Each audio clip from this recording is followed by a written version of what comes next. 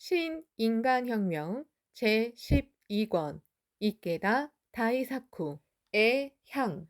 에도에서 일어난 사건을 알게 된 오하라 히코시로 지방행정관은 가마에 탄원서를 던진 6명을 보낸 마을들의 장, 조장, 농민 대표 등 세 담당자와 히다의 세 군에 있는 마을 283곳의 세 담당자들을 즉시 잡아들였다.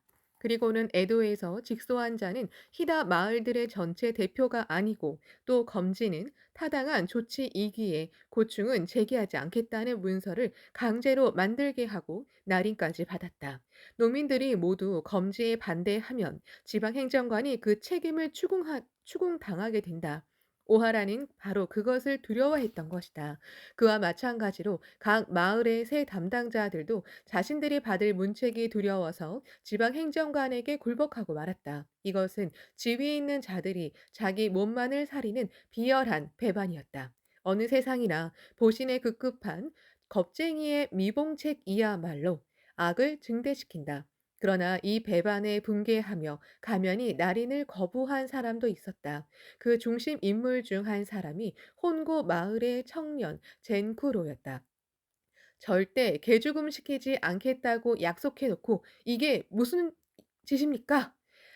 젠쿠로의 젊은 오체에는 끓어오르는 듯한 의분이 맥박쳤다. 젠쿠로는 결연히 일어섰다. 마을에서 집회가 열렸다. 한 청년의 용기가 정의의 불꽃을 뿜는 외침이 마을 사람들의 마음을 의기로 불타오르게 했다. 그리고 9월 하순부터 오노군 미야 마을에서 각 마을의 농민들이 합류하여 대집회를 개최하고 이곳을 근거지로 기세를 올렸다. 저녁에는 곳곳에 피어놓은 화톳불이 농민들의 분노를 대변하듯 시뻘건 불기둥이 하늘을 그을렸다. 미아 마을에는 때로 수천 명 혹은 1만 명이라고도 하는 사람들이 모였다. 그들은 철저하게 단결을 호소했다. 단결만이 권력에 대항할 수 있는 민중의 유일한 힘임을 알고 있었기 때문이다. 농민들은 폭력으로 호소하려 하지는 않았다. 지방행정관의 편이 된 다카야마 마을 주민에게는 쌀이나 숯, 야채 등 생활 필수품을 일절 팔지 않는다는 동맹을 맺고 경제 봉쇄로 투쟁했다. 또 협의 끝에 3천 명이 지방행정관에게 몰려가서 연공 납부 연기와 고문 중지 등을 탄원하였다. 오하라 지방 행정관은 분노한 농민들의 숫자에 압도되어 이를 더욱 복잡하게 만들지 않으려고 그들의 요구를 들어줄 것처럼 대답했다. 농민들은 너무나도 순박했다. 소원은 이루어졌다고 생각하면서 지방행정관에게 고맙다, 감사하다며 소리 높여 인사하고 기뻐했다. 그러나 지방행정관은 히다 주변 지역에 여러 번 영주의 영지 또는 그 관할 조직에 출병을 요청해 청원 운동에 대한 대탄압을 단행했다. 악에 속아서는 안 된다. 사람이 좋기만 하여 간사한 지혜를 간파하지 못하면 정의가 무참하게 패배하는 원인이 된다. 11월 중순 무장한 수백 명의 무사들이 농민들이 모여있던 미아 마을을 급습했다. 미아 마을의 미나시 신사에 모여있던 농민들은 아무리 관리들이라 해도 성역인 신사에는 함부로 들어오지 못할 것이라고 믿었다. 그러나 무사들은 가차없이 신사로 침입했다. 무기도 없이 도망갈 길을 찾아 갈팡질팡하는 농민에게 총을 난사하고 창으로 찌르며 검으로 내리쳤다. 순식간에 경내는 피로 물들고 아비규환의 지옥으로 변했다. 결국 수많은 사망자와 부상자를 내고 수백 명이 체포되었다. 젊은 지도자인 젠쿠로도 저항 한번 못 해보고 체포되었다. 이것이 세상에서 말하는 아내의 소동이다. 이때 체포된 농민들이 너무 많아서 감옥을 새로 지어야 할 정도였다. 취조는 가혹하게 짝이 없었다. 전보다 더욱 심한 고문이 매일 반복되었다.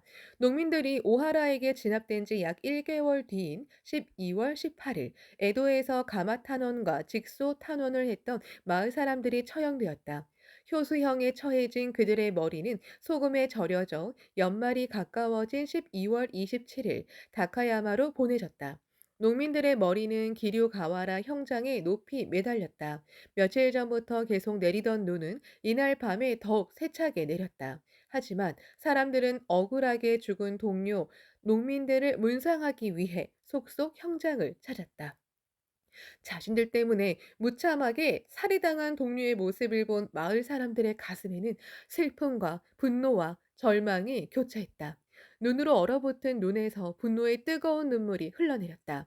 해가 바뀌어 1774년 2월 중단되었던 검지가 재개되었다. 이 검지로 희단은 약 1만 1천 석이 늘어난 5만 5천여 석이 되었다. 무거운 연공이 농민들의 생활을 더 압박하게 되었다. 농민들의 비통한 호소는 권력자 그 누구도 들어주지 않았다. 소동으로 체포된 마을 사람들이 처벌받은 것은 1774년 12월이었다. 책형이 4명, 효수형이 7명, 참형이 2명이었다. 그 밖에 먼섬으로 내보내거나 추방당한 사람도 많았으며 벌금형을 받은 사람은 무려 9천 명이 넘었다. 젊은 지도자로서 용감하게 싸운 18세의 젠쿠로도 효수형이 결정되었다. 그에게는 16세의 젊은 아내가 있었다. 가능하면 살아서 사랑스런 아내 곁으로 돌아가고 싶었지만 그럴 가망은 전혀 없었다. 그래도 젠쿠로는 태어났다. 처음부터 죽음을 각오하고 임한 투쟁이었다. 그렇기 때문에 더더욱 그 무엇도 두려워하지 않았던 것이다. 각오한 사람은 강하다. 사람들은 나이는 젊어도 그 확고부동한 젠쿠로의 삶의 자세에 지도자로서 신뢰하고 탐복했으리라. 효수형을 언도받은 사람들은 감옥 앞에서 잇따라 목이 잘려나갔다. 이윽고 젠쿠로의 차례가 되었다. 그는 호명하는 관리에게 죽기 전에 말을 남기고 싶다고 정중히 부탁했다. 추울 때 피는 빨간 매화는 덧없는 바람에 이끌리어 꽃봉우리 맺힐 나이에 그 잎은 지금 지노라. 상록수인 줄 알았는데 낙엽이 되어 지는구나. 말을 마친 그는 관리에게 목례를 하고는 목을 치는 망나니에게도 고개를 끄덕이는 것으로 신호를 보냈다. 그런 그의 죽음에 깨끗한 최후라고 칭송하지 않는 자가 없었다고 역사는 전하고 있다. 한편 지방 행정가인 오하라 히코시로는 검제를 실시하여 연공을 증가시켰다는 공로로 군다이 막부 직할지를 다스리는 관직로 승격했다. 또 지방 행정관을 옹호한 자에게는 묘지 타이토, 자기 성명이 쓰여진 칼로 공로자에게 주는 특권을 허용하는 등 논공 행상이 있었다. 민중이 걸기하는 것을 가장 두려워하는 권력은 사탕발림과 채찍을 교묘하게 가려쓴다. 그리고 걸기하려는 싹을 철저하게 잘라내기 위한 탄압은 집요하고 처참하게 그지없다. 그러나 권력의 횡포에 투쟁하려는 히다 지방 사람들의 그 혼의 불은 아직 꺼지지 않았다. 괴로움으로 가득 찬 잿더미 속에서도 저항의 불꽃은 여전히 타오르고 있었다. 1781년 오하라 히코시로가 죽자 그의 아들인 가메로고가 군다이 직을 계승했다. 그 이듬해부터 히다 지방에서는 대흉작으로 인한 극심한 기근이 시작되었다. 이것이 이른바 덴메이 대기근이다. 백성들은 살기 위해서 풀뿌리와 나무 껍질까지 먹어야 하는 그런 비참한 생활이었다. 대기근으로 굶주리는 농민들에게 엎친 데 덮친 격으로 1784년 3월 다카야마에서 큰 불이 났다. 그 불로 재해를 입은 자는 무려 6천 수백 명에 달했다. 사람들이 가난의 밑바닥에서 허덕이고 있을 때에 오하라 가메고로 군다이는 본래 갚아야 할 연공 관합금을 헌납하도록 통고하는 등 무리한 난제를 명했다. 이에 농민들은 세 번째로 다시 봉기했다. 1788년 군다이의 부정을 밝히기 위해 에도로 간 농민 대표는 정무 담당 최고 책임자이던 마스다이라 사다 노부의 저택벽에 소장을 여러 번 붙여서 직소하는 데 성공했다. 이것이 이른바 붙이기 탄원이었다. 또 영토를 감찰하는 막부의 순견사가 히다를 방문했을 때에도 히다의 궁핍한 상태와 군다이의 부정을 호소할 수 있었다. 더욱이 에도에서는 마스타이라 사다 노부에게 가마 탄원을 하는 등 거듭하여 직소했다. 이렇게 목숨을 건 농민들의 호소는 마침내 막부를 움직이기에 이르렀다. 군다이인 오하라 가메고로가 에도로 소환된 것이다. 그리하여 1789년 12월 막부의 치조 끝에 드디어 판결이 내려졌다. 부정을 일삼아 농민들을 괴롭힌 오하라 가메고로가 하치조 섬으로 유배되었고 그 밖의 관리 2명도 사형에 처해졌으며 다른 이들도 유형과 추방 등으로 엄하게 처벌되었다. 한편 농민 측은 1명이 사형에 처해지기는 했지만 전체적으로는 지극히 가벼운 처벌을 받았다. 악명 높은 다누마 시대가 끝나고 마스다이라 사다 노부가 강기 숙정, 나라의 법과 풍속, 풍습에 대한 기율을 엄히 바르게 함을 행하던 때라고도 해도 농민들의 호소를 거의 전면적으로 수용하고 관대하게 조처했던 점은 이례적인 일이라 해도 좋을 것이다. 이것으로 오하라 부자의 2대에 걸친 폭정도 결국엔 민중의 승리로 끝났다. 문호 루시는 말했다. 역사에 기록된 개혁 사업의 대부분은 쓰러지면 일어서고 또 쓰러져도 일어서서 후진에게 계승된다. 이 히다 지방 농민들이 올린 개가도 수많은 희생자들의 시체를 넘고 투혼이 계승되어 이루어진 장거였다. 패하고 또 패해도 다시 일어서는 노도와 같은 불굴의 투쟁 속에서만이 민중 승리의 영광은 빛난다. 근대가 되어도 히다 지방 사람들은 가난과 고생을 강요당했다.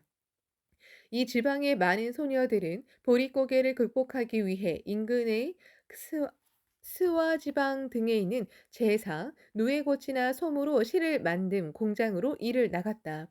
공장들은 하나같이 저 임금으로 가혹하게 노동력을 착취했다. 그런 악조건 속에서 여공애사를 남긴 사실은 널리 알려져 있다. 히다에 철도가 놓이고 나아가 기후현과 도야마현 사이에 모든 철로가 개통된 것은 1943년이었다. 산속 깊숙한 곳에 위치한 이 히다 땅에 사는 사람들에게는 서로 결속을 다지며 자신들의 몸은 스스로 지킨다는 것이 살아남기 위한 지혜였다. 그러나 그것이 폐쇄성을 낳아 구습의 뿌리가 깊어지기도 했다. 히다 지방에 처음으로 묘법의 불이 밝혀진 것은 1958년이었다.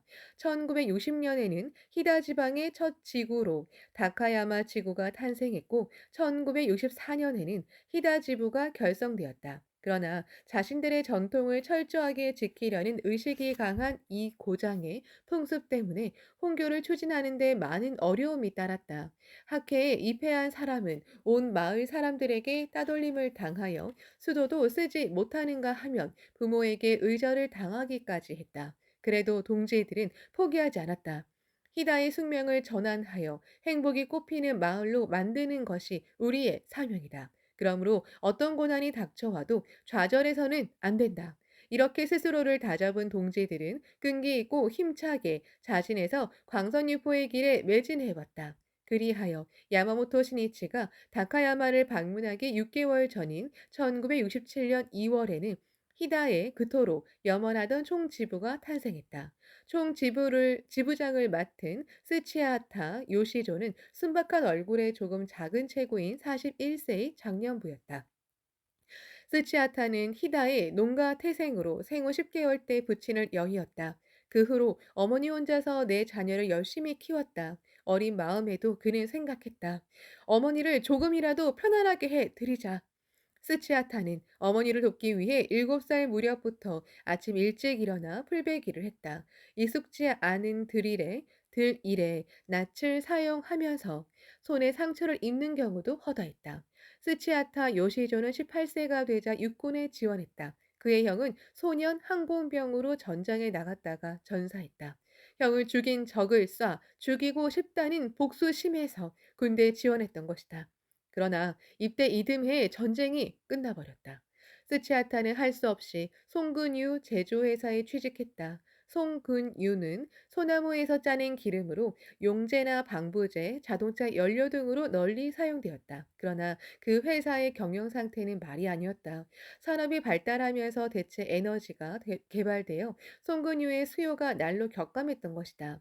낮은 봉급으로 근근히 생활하던 스치아타는 이래서는 안 되겠다 싶어 결단을 내렸다. 공장을 그만두고 친구와 동업으로 장작 제조 공장을 경영한 것이다. 그리고 결혼을 한 후에는 자신이 직접 장작 제조 회사를 경영하기 시작했다. 그런대로 몇 년간은 회사 경영이 순조로웠다. 그러나 장작도 석유나 프로판가스, 전기 등의 에너지로 대체되어 날이 갈수록 수요가 줄어 차츰차츰 회사 경영이 어려워졌다. 그때까지 스치아타는 노력만 하면 행복해진다는 신념으로 남들보다 몇 갑절 열심히 일했다. 그런데 시대의 커다란 물결 앞에 서는 자신의 노력이 너무도 무력하게 느껴졌다. 어떻게든 회사를 살려보려고 날마다 필사적으로 돈을 마련하러 뛰어다녔다. 그런 자신이 침몰하는 배 안을 이리저리 뛰어다니는 쥐처럼 여겨졌다. 본래부터 술을 좋아했던 그는 술을 더 가까이 하게 되었고 회사 수입의 대부분을 술값으로 날려버렸다. 그러면서 부부 사이도 점점 험악해졌다. 히다 지방의 산들이 실록으로 물들기 시작해도 그의 가슴에는 여전히 세찬 눈보라가 휘몰아치고 있었다. 그런 스치아타 일가를 보다 못한 친척이 집으로 찾아왔다. 학회원이었던 친척은 스치아타를 절복하기 위해 찾아온 것이었다. 스치아타는 신의 나라라고 자처해 온 일본이 전쟁에서 패배한 후로 모든 종교는 속임수다. 신도 부처도 이 세상에 없지 않은가? 그런 허무맹랑한 말장난에 속아서야 되겠는가? 라고 생각해왔다. 친척이 신심 이야기를 꺼내자마자 스치아타는 당장이라도 덤벼들 듯한 기세로 호통을 쳤다. 나는 종교 따윈 질색이다. 두 번 다시 찾아오지 마. 그래도 그 친척은 포기하지 않았다. 몇 번이고 그의 집을 찾았다. 그리고는 정성을 다해 인간의 숙명과 불법이란 무엇인지를 차근차근 설명해 주었다. 그 친척의 이야기는 논리정연했다. 또 무엇보다도 확신에 넘쳐 있었다. 스치아타의 종교관이 조금씩 흔들리기 시작했다. 이처럼 성실함과 강한 끈기만이 사람의 마음을 움직일 수 있다. 스치아타 요시조와 아내 야스코는 1958년 11월 입회를 결심하게 되었다. 하키언이 말하는 인간혁명이라는 말이 그들의 심중을 흔들었던 것이다. 입회하기 전 그들 부부 사이의 다툼은 대부분 요시조의 음주 때문이었다. 그러자라도 얼마 되지 않는 수입을 술값으로 탕진해 버리는 남편의 행태를 야스코는 참을 수 없었다. 요시조도 내심 술을 끊을 생각이었지만 마시지 않고서는 단 하루도 견딜 수 없었다. 그래서 그의 곁에는 늘 술병이 놓여 있었다. 그런데 신심을 시작한 지 나흘째 되던 날이었다. 무심코 곁에 있는 술을 들이켜 보니 묘하게도 쓴맛이 느껴졌다. 어제도 마셨던 술과 똑같은 술이었다. 몸이 안 좋은 건 아닐까 생각했지만 몸 상태는 지극히 정상이었다. 그런 일이 있은 후 술을 거의 마시지 않게 되었고 결국엔 끊게 되었다. 그토록 끊지 못하던 술을 끊게 되자 스치아타 부부는 신심의 공덕을 실감하게 되었다. 또 근행과 창제를 하고 학회 활동에도 적극적으로 참여하자 온몸에 생명력이 넘치고 환희가 솟구치는 것 같았다. 그러나 회사 일은 좀처럼 나아지지 않았다. 그래서 어쩔 수 없이 장작 공장을 처분하고 증권과 보험 영업으로 생계를 꾸려갔다. 아내 야스코도 보험회사 수금원으로 취직했지만 아이들의 학교 급식비조차 내지 못할 정도의 궁핍한 생활이었다. 그러는 사이에 빚도 많이 늘어났다. 그러나 스치아타의 가슴에는 이미 불법을 확신하는 마음과 광선유포를 향한 사명감이 싹트고 있었다. 나는 절대 지지 않는다. 이 신심으로 반드시 가난을 극복하고야 말겠어. 그리하여 내 가족의 행복은 물론이고 이 희다를 행복한 마을로 만들어 갈 거야. 그는 전력을 다해 홍교하고 동지들을 격려하러 다녔다. 1961년이 되자 스치아타는 지구부장이 되었다. 그런데 그 무렵이 그의 가정에는 가장 어려운 시기였다. 광포 활동을 위해 집에 전화를 설치했지만 전화 요금도 제대로 내지 못해 통화 정지를 당하는 경우도 많았다. 그 사실을 모르는 동지들은 전화를 해도 항상 받지 않는다며 푸념을 늘어놓았다. 그러면 스치아타는 빙긋이 웃으며 이렇게 둘러댔다. 미안해요. 전화가 고장이 나서.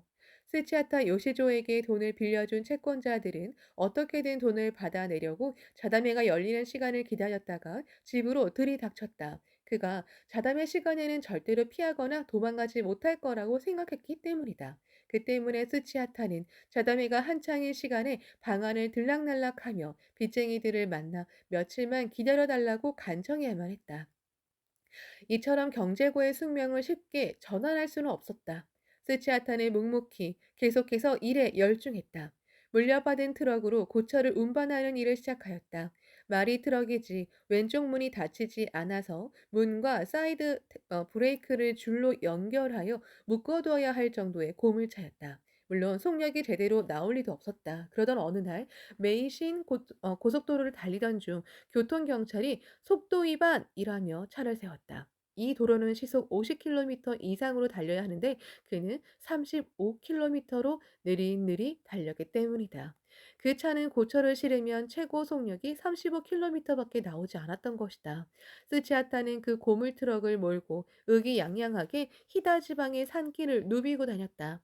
그리고 총지부장으로서 활약하여 1967년 8월 15일 야마모토 회장을 다카야마에 맞이한 것이다. 하지만 스치아타는 아직 경제적인 어려움을 벗어나지 못하고 필사적으로 시행착오를 반복하고 있던 때였다. 야마모토 시네치는 히다의 주민들이 오랜 세월 얼마나 고뇌의 신산, 힘들고 고생스러운 세상살이를 겪어왔는지 잘 알고 있었다. 또 히다의 동지들이 매우 어려운 환경 속에서도 지역 사람들의 행복을 염원하며 얼마나 묵묵히 계속 분투해 왔는지도 잘 알고 있었다. 그래서 바로 그 동지들을 전 생명력을 다해 격려하고 싶었다. 그들의 가슴 속에 용기와 희망의 불을 밝혀주고 싶었던 것이다. 신이치는 히다의 안원과 번영을 기원하며 산림이 울창한 산에 제목을 스며들게 하려는 심정으로 이동 중인 차 안에서도 열심히 창제를 거듭했다. 신이치가 다카야마 회관에 도착한 것은 오전 11시가 조금 지나서였다. 회관 주인은 사람들로 인산인해를 이루고 있었다. 회관 내는 물론이고 도로까지 멤버들로 넘치고 있었다. 신이치가 모습을 드러내자 멤버들이 환호성을 질렀다. 신이치는 환한 미소를 지으며 멤버들에게 말했다. 여러분께 신세를 지게 됐습니다. 히다는 아주 아름답고 좋은 고장이군요. 자, 히다의 여명을 열어갑시다.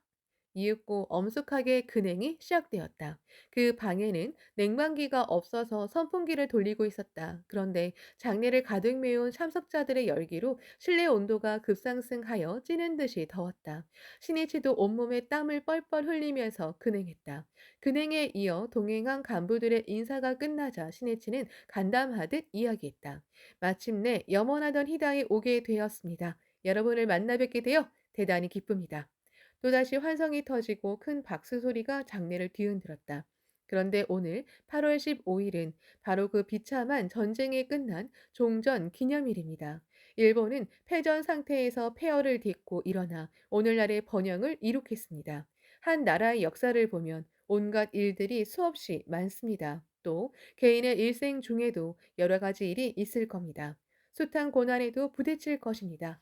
그것이 인생이며 산다는 것입니다. 그러므로 신심을 했다고 해서 고민이나 고통이 완전히 사라지는 것은 아닙니다. 중요한 것은 고난에 지지 않고 유유히 극복할 수 있느냐, 그렇지 못하느냐입니다. 이에 따라 인생의 승패나 행불행도 결정되고 맙니다. 인간으로서의 위대함이나 강함은 사회적인 지위나 처지와는 별개의 문제입니다. 아무리 어려운 상황이나 최악의 사태에 놓여도 좌절하지 않으며 희망과 용기를 갖고 전진할 수 있는 사람이 진정으로 용감한 사람입니다. 그리고 어떠한 고난에 직면해도 아무리 숙명의 폭풍우가 휘몰아쳐도 그것을 전부 타개하고 전환하는 힘의 원천이 신앙입니다. 또 그것을 위한 본조님입니다.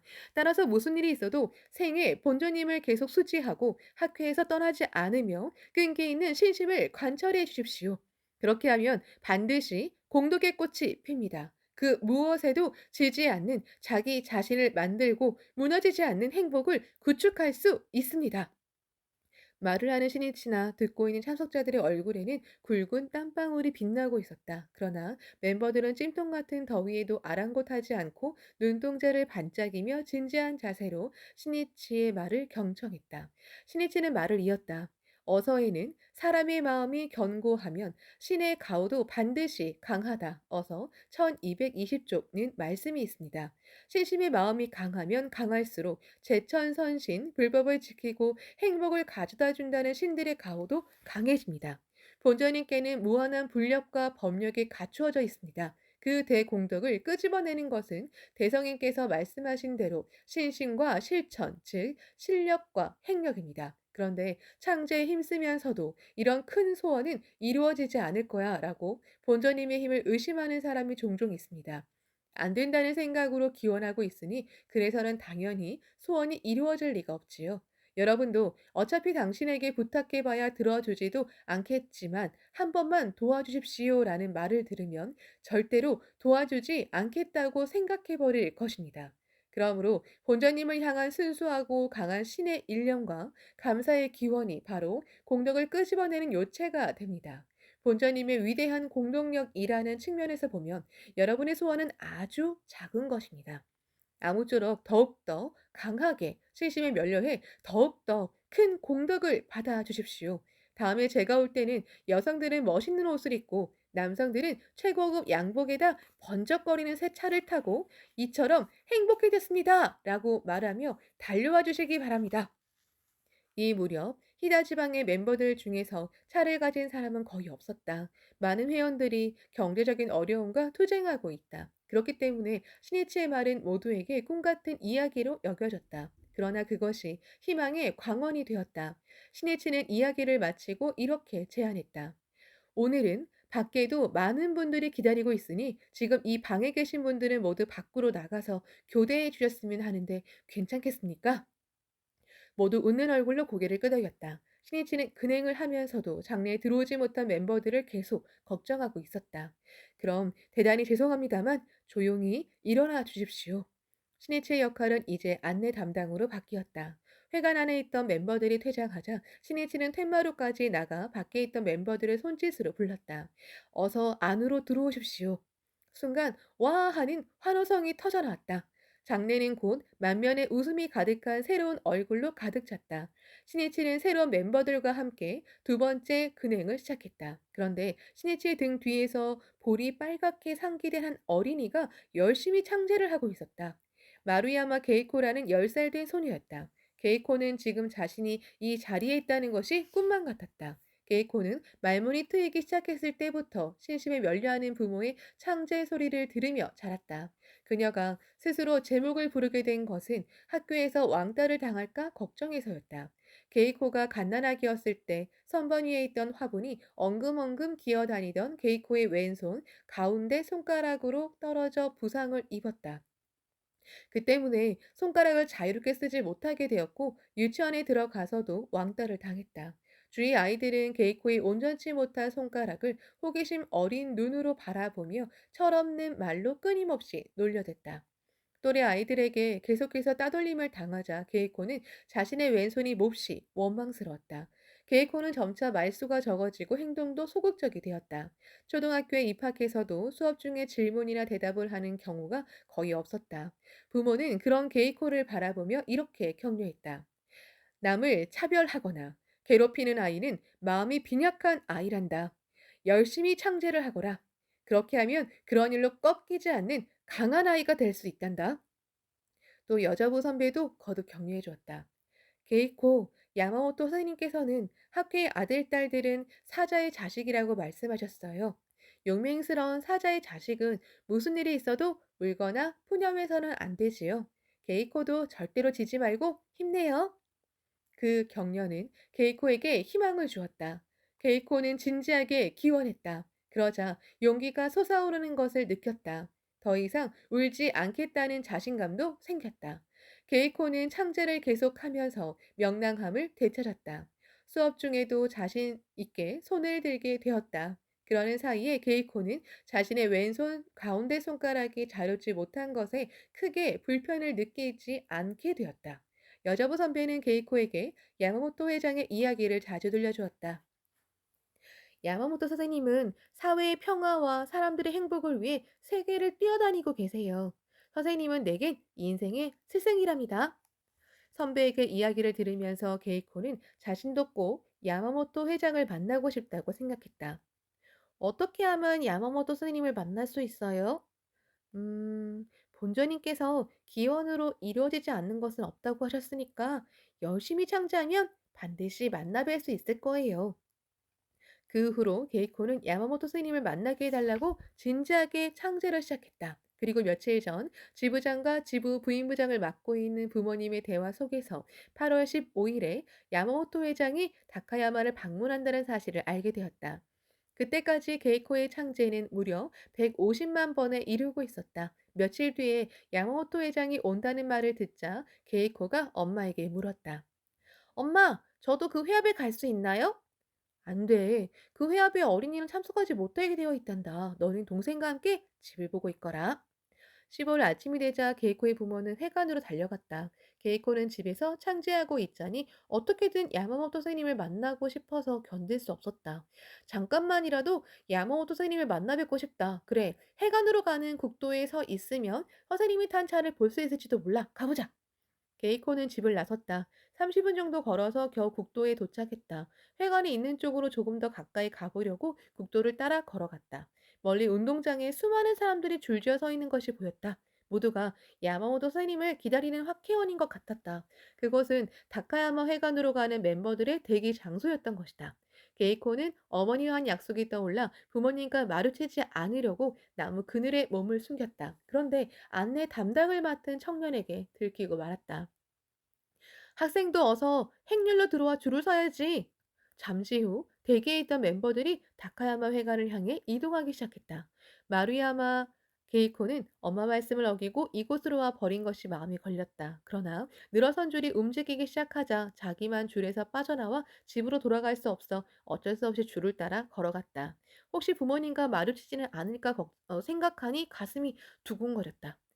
이윽고 해관에 도착하자 잠시 뜰에서 대기한 다음 교체하는 순서가 되어 들어온 것이었다. 게이코는 뒤에서 떠밀려 어느 사이에 맨 앞줄에 앉게 되었다. 그리하여 그토록 만나고 싶다고 기원해왔던 야마모토 회장을 바로 눈앞에서 볼 수 있었던 것이다. 게이코는 신이치의 바로 등 뒤에서 근행을 하면서도 지금의 현실이 믿기지 않았다. 본주님은 대단하다. 소원이 정말 이루어졌어. 창조하면서 감격으로 가슴이 벅차올랐다. 근행이 끝나자 신이치는 돌아 앉아서 멤버들을 바라보았다. 그리고는 맨 앞줄에서 송구스러운 표정으로 앉아있는 게이코를 불렀다. 자, 내 옆으로 오세요. 게이코는 너무 긴장하여 그 말을 알아듣지 못했다. 신이치와 동행한 기요하라 가스가 게이코를 향해 손짓을 했다. 그제야 정신을 차린 게이코는 기요하라 쪽으로 걸어 나갔다. 아니, 내가 아니에요.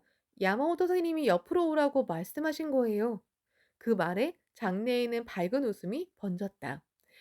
게이코는 조심조심 걸어서 신이치 옆으로 갔다. 몇 학년이래요? 5학년입니다. 그래요. 부모님을 소중히 여기고 또 열심히 공부하세요. 신이치는 우리의 미래를 담당하는 것은 이 어린이들이라고 생각하니 말을 건네지 않을 수 없었다. 신이치는 기념으로 소녀에게 뭔가 주고 싶었다. 하지만 공교롭게도 아무것도 준비해온 것이 없었다. 그래서 주위를 둘러보며 뭔가를 찾다가 불단 앞에 공양해 놓은 과자를 가져와 게이코에게 건네주었다. 자, 선물이에요. 과자를 받아든 게이코는 기쁨과 부끄러움에 얼굴을 붉히며 감사의 인사도 있고 제자리로 돌아갔다. 잠깐 동안의 만남이었지만 야마모토 시니치의 격려는 마루야마 게이코라는 한 소녀의 어린 가슴에 사명의 빛을 밝혀주었다. 게이코는 야마모토 회장이 항상 지켜보고 있다고 생각하며 열심히 창제하자, 공부에도 도전하자고 마음속으로 다짐하면서 집으로 돌아왔다. 그로부터 11년 후인 1978년 7월, 게이코는 나고야의 주부 문화회관에서 개최된 주부 기념 간부회에서 또 한 번 신이치의 격려를 받게 된다. 그때 신이치는 그 고장의 간부에게서 다카야마를 방문했을 때 자신이 격려한 소녀가 다카야마의 여자부 본부장이 되어 간부에 참석한다는 보고를 들었다. 그 말을 듣고 신이치는 히다 땅에 심은 종자가 꽃을 피운 듯한 기쁨을 느꼈다. 그리하여 곧바로 짧은 시를 지어 회합 석상에서 담당 간부에게 건네주도록 부탁했다. 아, 기쁘구나. 꽃의 광포에 그대가 춤추니. 간부회에서 호명되어 단상에 선 게이코를 신이치는 반갑게 맞이했다. 다카야마에 갔을 때 게이코 씨는 초등학교 5학년이었지요. 기억하고 있어요. 앞으로도 계속 지켜보겠습니다. 시니치는 게이코의 성장과 행복을 진심으로 염원했다. 자신에게 지지 않고 생애 광포의 길에 매진하기를 바라는 마음이었다. 모두를 위해 묵묵히 겸허하고 성실하게 일하며 누구에게나 신뢰받는 지도자로 자라기를 기원했다. 신뢰야말로 지역 광포를 추진하는 힘이 되기 때문이다.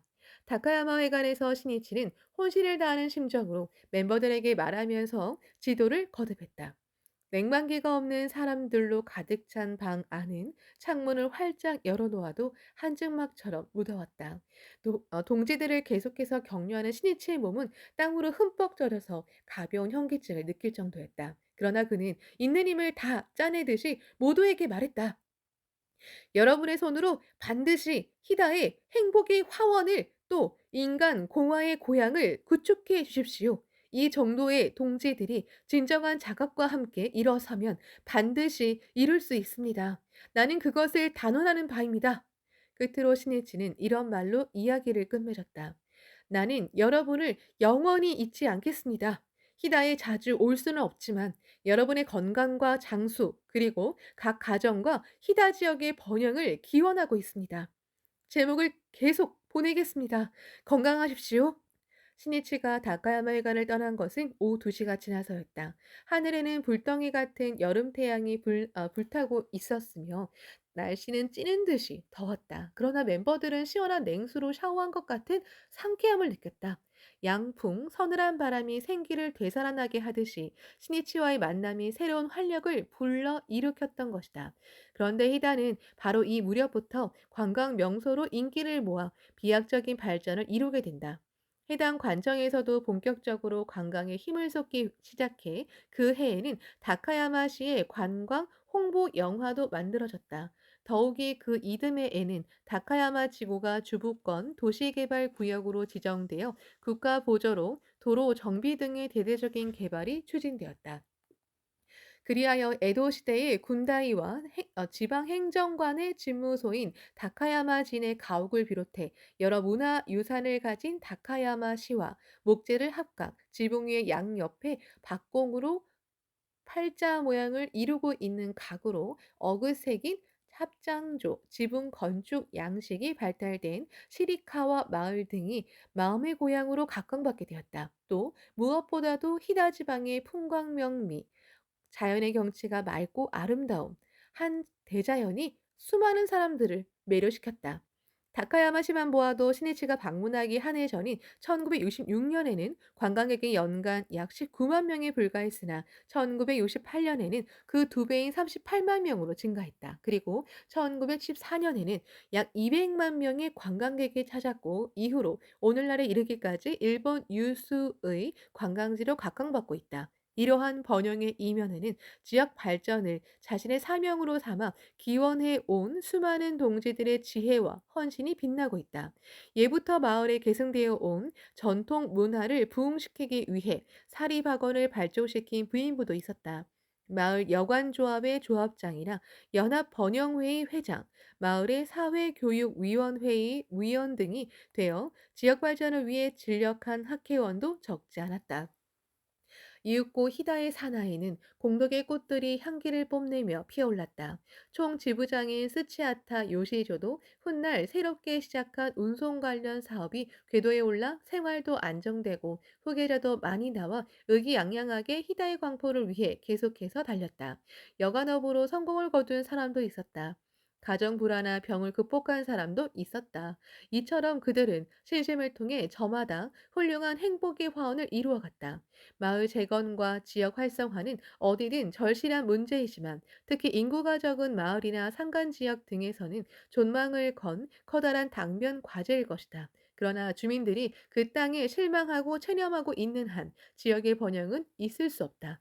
지역을 활성화하는 원천은 주민 한 사람 한 사람의 애향심이며 자신 스스로 지역 건설의 주체자라고 자각하는 것에 달려 있다.